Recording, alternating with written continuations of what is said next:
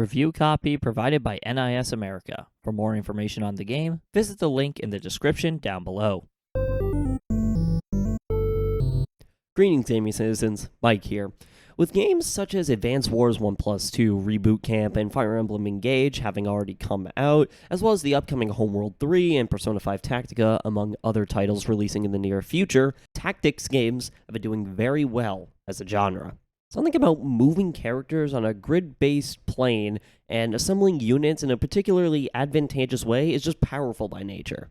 You truly do feel like a commander of an army in these games, and there's a lot to be said about how in-depth your sense of strategy becomes. Those games I just mentioned are nothing quite like what we're talking about today. Released originally on the PS2 back in 2003, Disgaea takes what you think you know about tactics games and turns it on its head. The variety of character types, the over-the-top but compelling plot lines, and the absurdly high numbers for all your stats. Seriously, can you think of any other game where your HP is in the millions? Loyal fans of the channel will remember how Disgaea 6 was my first entry into the series, and that I greatly enjoyed playing that game.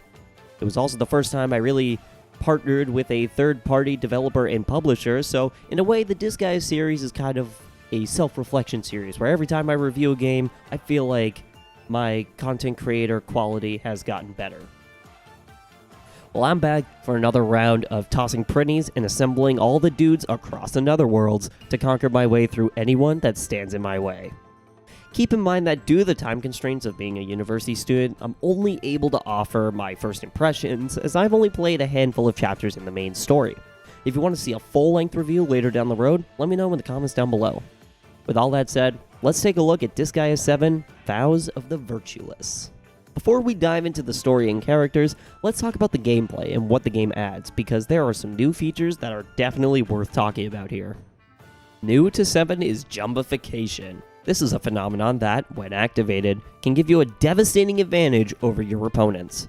More specifically, jumpified characters can attack entire parts of the stage and deal damage to whole groups of enemies. While that may sound like an easy victory, don't let your guard down, as enemies you come across may be able to jumpify as well. When jumpified, you have access to unique abilities only usable in this state. This can be a variety of buffs, including 20% more damage dealt or 20% health healed every turn. Jumbilities affect all characters you control, so be sure to jumpify wisely. If you want an explosive advantage, try jumpifying a Prinny. Doing so will grant all characters the ability to explode when thrown, a trait usually exclusive to Prinny units.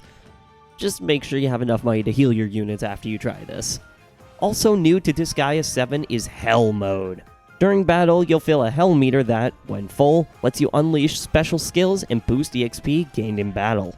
From the little I've experienced of this so far, I find this to be a fantastic enhancement to the already over-the-top attack animations.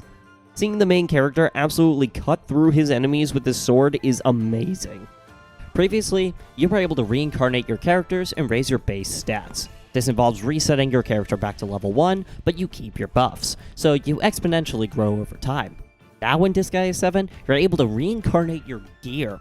So you have a support unit equipped with a staff that boosts healing in your party. But meanwhile, stat-wise, it's pretty weak. Fear not, because when you reincarnate your gear and items, you can keep those boosted characteristics, but your stats have the potential to grow even higher. If you thought the sky was the limit in Disgaea 6, that's been blown far more out of proportion now. In Disgaea 7, in addition to having new features, has also introduced a series first.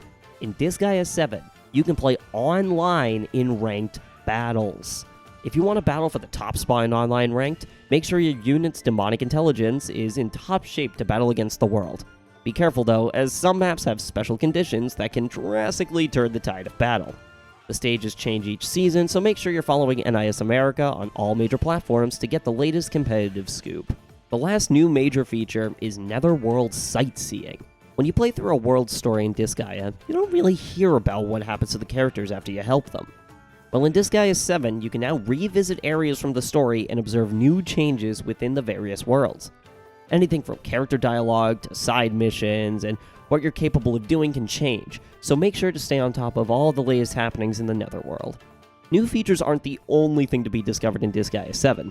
Existing features also have some very significant changes.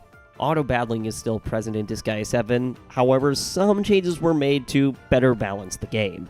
For one, you can only auto-battle a stage once you manually complete it. But even after that, keep in mind that there is a cost to auto-battling through stages. Poltergas is a new form of currency in Disgaea 7 designed just for this.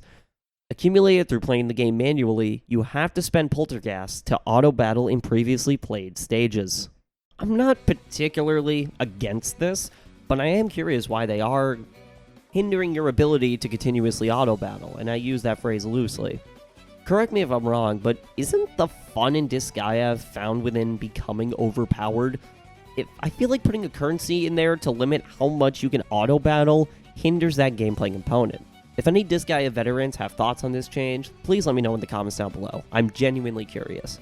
Character classes also got an upgrade, as Disgaea 7 introduces 4 new classes that you can add to your squad, making Disgaea 7 have a series record of 45 total character classes. These new classes are Big Eye, which can randomly change enemies' defense stats, Bandit, which specializes in finding treasure and rare items, Maiko, who uses seductive tactics to lower the guard of male enemies, and Zombie Maiden, who grows stronger as her companions die and can also come back to life. Unfortunately, I haven't gotten far enough in the game to try out these units as of the recording of this video, but the different characteristics of these units are very compelling gameplay-wise. Speaking of characters, Disgaea 7 knocks it out of the park with the story and the main characters. You play as Fuji, a demon warrior from Hinamoto, who has gone astray from the Bushido code as time goes on. His nasty attitude has landed him in quite the debt, 10 million hell to be specific, with no way to pay it off aside from having enemies he defeats work for him. His luck turns around, however, when he encounters Perilika, a rich and bubbly CEO of her own company who is conveniently traveling to Hinamoto. Perilika is essentially the in-universe equivalent of a weeb, as she's fascinated with every aspect of Hinamoto's culture and the way of Bushido. When she finds out the land she's learned so much about has become far from what she dreamed of seeing, she becomes heartbroken, with the desire to restore Bushido in Hinamoto by any means necessary. The dynamic between Perilika and Fuji is hilarious given how they're complete opposites of each other. Perilika is a wholesome airhead and wants to help people by any means necessary. Meanwhile, Fuji is more down-to-earth and tells it how it is. Their back-and-forth dynamic is really funny, especially when Perilika constantly messes up common expressions all the time. Huh? What are you saying? Warriors are prideful and haughty people. Even when hungry, they act stuffed with pills. I think you mean stuffed to the gills. You sure make some funny mistakes. Combine this with Fuji's allergy to empathy, and you'll find yourself listening to some hilarious conversations between them. Way we would have made it this far without you, Fuji. We're in your debt. Thank you so much. Stop thanking me.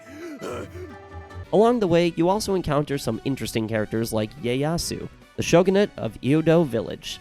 His character was so funny to watch in the cutscenes because he talks and reacts like Zenitsu from Demon Slayer, except in this game, he's just hilariously awkward instead of pathetic.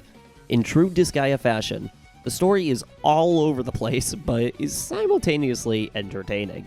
In Hinamoto and its many netherworlds, there are 7 founding weapons each held by a shogunate. These weapons, when united with their chosen owner, can have deity-level strength. A figure by the name of Demodor Opener descended into Hinamoto and corrupted the shogunate to do a variety of evil things like taxing sardines. Oh, the humanity. Perilika, after seeing the abandonment of Bushido in Hinamoto's modern culture, tricks Fuji into partnering with her to collect the 7 founding weapons to fight Demodor Opener and save Hinamoto. How does she trick him? She makes him sign a contract in true demon fashion. Contractual agreement. Contractor, Fuji. 1. Payment will be made upon achieving goal. 2. Until then, contractor will obey orders. What the hell? You tricked me, you jerk! After skipping the end-user license agreement, Fuji begrudgingly joins Perilika with the promise of being paid 100 million hell as a mercenary. And just like Cloud from Final Fantasy VII, he starts off only being in it for the money. The gameplay of Disgaea 7 remains consistent with the series, aside from the aforementioned new features. The combat is well done, and the new features are fun to play around with.